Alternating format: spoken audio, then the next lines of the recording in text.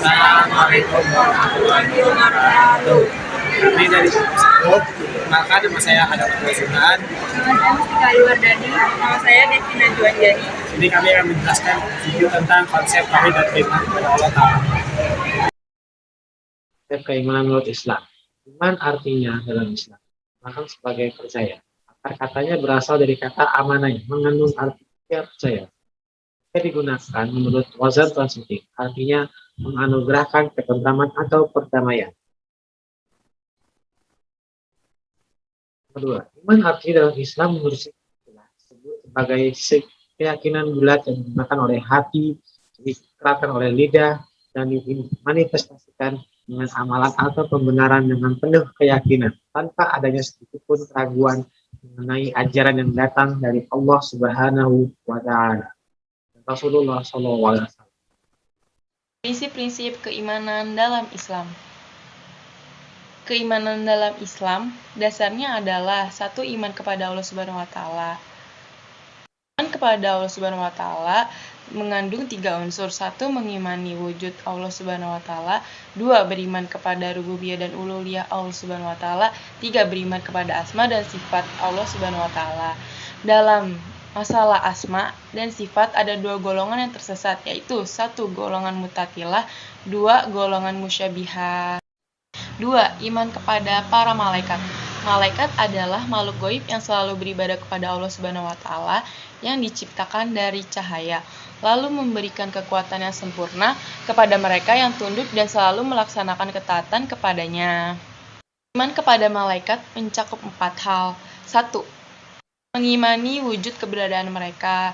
2. Mengimani mereka yang kita kenali nama-namanya seperti malaikat Jibril, dan juga mengimani secara global malaikat yang kita tidak kenal nama-namanya.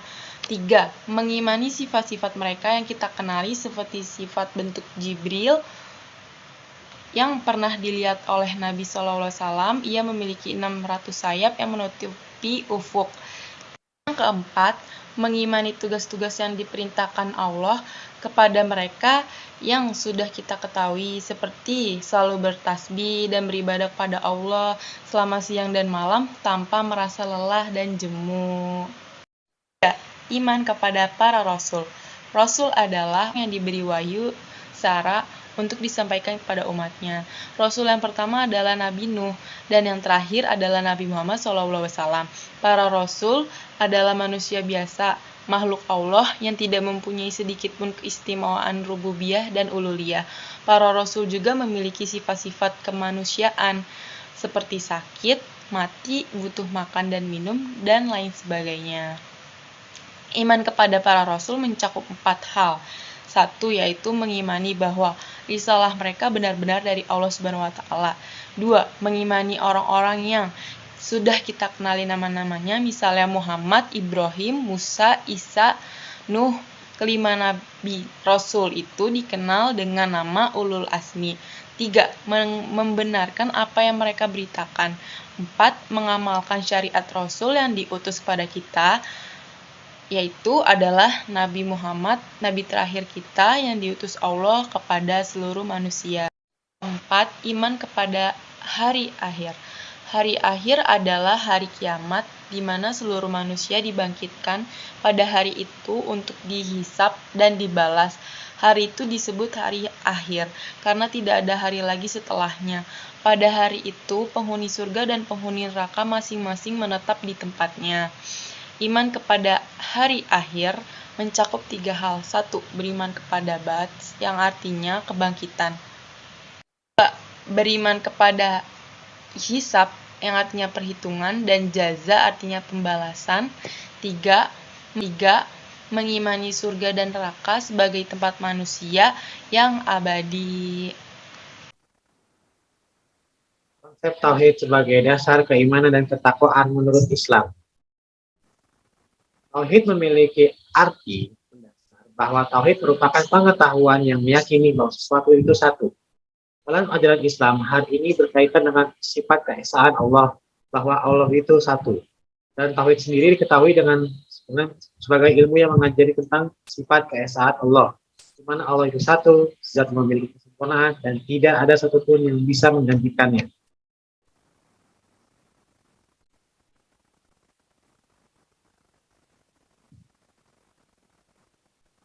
Tujuan mempelajari tauhid tidak lain adalah sebagai upaya mengenal Allah dan Rasul-Nya yang dilakukan melalui dalil-dalil yang pasti.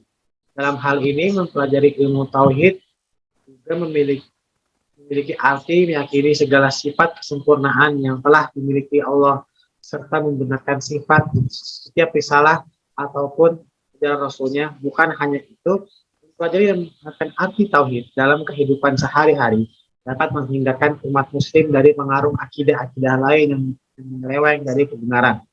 Selain itu, tujuan mempelajari tauhid juga dapat menjadikan setiap umat muslim sebagai pribadi yang ikhlas dan menerima setiap ketentuan Allah. Bahkan mempelajari ilmu tauhid juga mampu memberikan jiwa yang tenang dan tentram bagi setiap orang yang melakukannya. Adapun dalil-dalil yang menjelaskan tentang tauhid.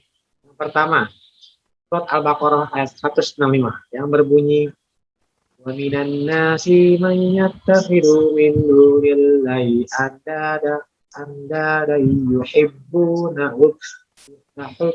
hubbillah walladzina amanu asyaddu hubban lillahi walau yarawul ladzina dhalamu yarawna al-'adab annal quwwata lillahi jami'an wa annallaha syadidul 'adzab. Artinya, dan di antara manusia ada orang yang menyembah Tuhan selain Allah sebagai tandingan yang mereka cintai seperti mencintai Allah. Adapun orang-orang yang beriman sebagai sangat besar cintanya kepada Allah. Sekiranya orang-orang yang berbuat zalim itu melihat ketika mereka melihat azab pada hari kiamat bahwa kota itu semuanya milik Allah dan bahwa Allah sangat berat azabnya, niscaya mereka menyesal. Dan yang kedua yaitu surat An-Anbiya ayat 25 yang berbunyi ma arsalna min qablika mir rasulin illa nuhiya ilaihi annahu la ilaha illa ana fa'buduna. Artinya, dan kami tidak mengutus seorang rasul pun sebelum kamu, melainkan kami wahyukan kepadanya bahwasanya tidak ada Tuhan yang hak melainkan aku, maka sembahlah olehmu sekalian akan aku. Dalil ketiga yaitu surat Al-Qasas ayat 88 yang berbunyi wala tad'u ma'allahi ilahan akharu la ilaha illahu kullu syai'in halikun illa wajhah lahu lahul hukmu wa ilaihi turja'un. Artinya, dan jangan pula engkau sembah Tuhan yang lain selain Allah. Tidak ada Tuhan yang berhak disembah selainnya.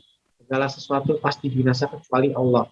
Segala keputusan menjadi wewenangnya dan hanya kepadanya kamu dikembalikan.